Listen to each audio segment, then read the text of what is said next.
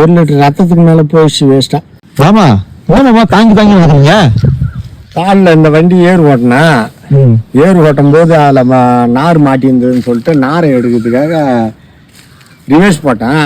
Reverse போடும்போது காலில் வந்து அந்த கொழு வந்து இதோ இருக்குதுல்ல, அந்த கொழு வந்து இது தூக்கிச்சு, கொழு வந்து வெட்டிச்சு. இது ஒன்றும் இல்லை, அது 3 தையல் போட்டுக்குது. அதுக்கே லுங்கில கட்டிருக்கீங்க? அப்புறம் தையல் போட்டுக்குது, மண்ணு படக்கூடாது, விவசாயி எல்லாம் மண்ணில் தான் நம்ம வேலை செய்யணும். பாரு எந்த விஷயம் வெட்டிது பாரு. 1 லிட்டர் ரத்தத்துக்கு மேலே போயிடுச்சு வேஸ்ட்டாக. 1 லிட்டர்லாம் போயிருக்காது, வேஸ்ட்டாக போயிடுதுப்பா. உடம்பே ஒன்றும் முடியலப்பா. 2-3 நாளாக முடியல. எந்த பிசு வீங்கி போச்சு. இப்போ உதது பாரு காலு, அந்த அளவுக்கு ஆகி போச்சு. இந்த வண்டியை பொறுத்த அளவுக்கு கொஞ்சம் உஷாராக ஓட்டணும். நம்ம அப்படியே ஓட்டிக்கிட்டு ரிவர்ஸ் போடும்போது இல்லை அதில் வந்து அந்த கம்பி இல்லை அந்த நார் ஏன்னா சுற்றி இருந்ததுன்னா ஆஃப் பண்ணிட்டு போய் எடுங்க. தயவுசெய்து கிளச்சி பிடிக்கிறேன்னு சொல்லிட்டு கிளச்சி பிடிச்சிங்கன்னு ரிவர்ஸ் போட்டுலாம் போய் எடுக்காதீங்க. காலெல்லாம் தள்ளாதீங்க. அது இதுக்காகவே நான் சொல்கிறேன். நான் அது மாதிரி செய்யாதீங்க. அதை செஞ்சீங்கன்னா நம்ம கால் மாட்டிக்கும்.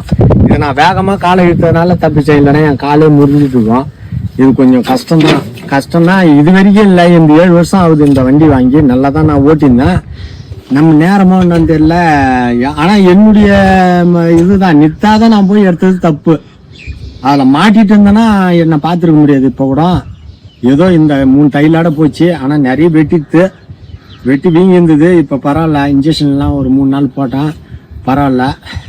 விவசாயி வந்து நல்லா பசங்களை படிக்க வைங்க. படிக்க வச்சு நல்ல தொழில்துறைக்கு வேலைக்கு போங்க.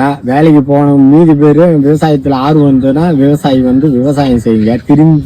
திருத்தி விவசாயம் செய்யுங்க. இதுதான் நான் சொல்ல வேண்டியது. நம்ம சேனலில் வந்து புது ஐடியாலாம் சொல்லியிருப்பேன். நம்ம சேனலை வந்து சப்ஸ்கிரைப் பண்ணுங்கள், ஆதரவு கொடுங்க. ஆதரவு கொடுத்தவங்களுக்கு நன்றி. வணக்கம்.